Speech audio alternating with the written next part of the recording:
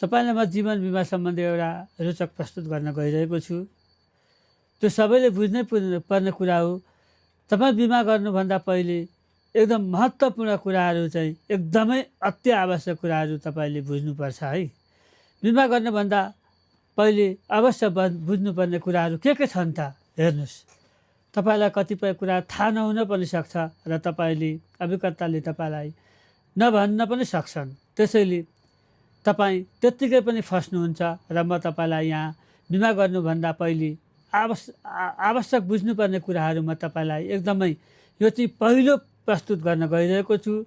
तपाईँ बिमा गर्ने कम्पनीमा अतिरिक्त सुविधा अथवा सिआई, जसलाई हामी घातक रोगको उपचार भन्छौँ, त्यो कम्पनीमा सिआई घातक रोगहरू छ कि छैन, त्यो एकदमै महत्त्वपूर्ण कुरा हो।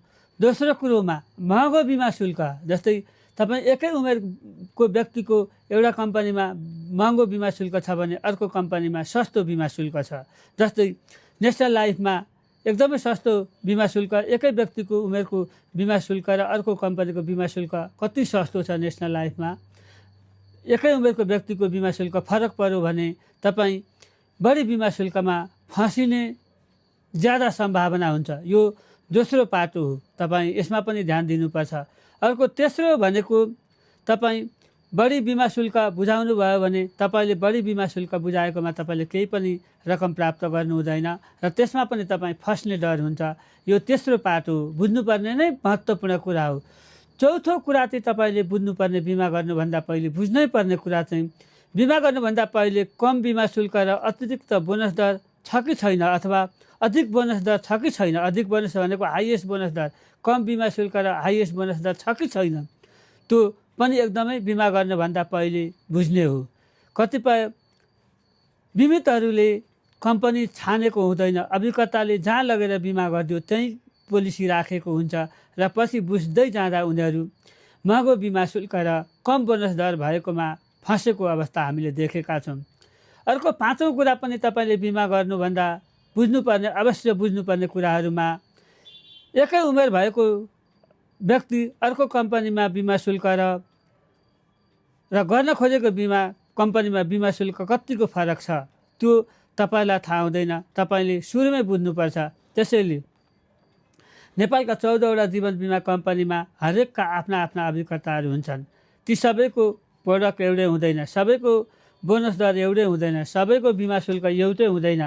कतिपय कम्पनीको त यति धेरै बिमा शुल्क छ, तपाईँ एकै उमेरको लगभग 50 लाखको बिमा गर्दा लगभग 83,000 रुपियाँ उसले बढी तिरेको हुन्छ प्रत्येक वर्ष। त्यो 83,000 चाहिँ तपाईँले बोनस बिमा शुल्कमा कुनै हेरफेर हुँदैन। बोनस सामान्य हेरफेर भयो 2-3 रुपियाँ भने पनि त्यो 83,000 रुपियाँ एकै कम्पनीमा र अर्को कम्पनीमा बिमा गर्दा प्रति वर्ष 83,000 रुपियाँमा कुनै परिवर्तन हुँदैन र तपाईँले 10 पटक तिर्नुभयो भने 9 लाख रुपियाँ लगभग बढी तिरेको त्यो तपाईँले त्यत्तिकै खेर जान्छ। यी यति कुराहरू तपाईँले ख्याल गर्नुभयो भने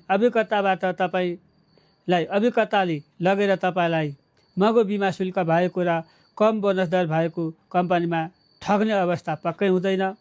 अभिकर्ता भनेका यस्ता व्यक्ति हुन् जसले जहाँ लगेर बिमा हालिदियो त्यही हुन्छ।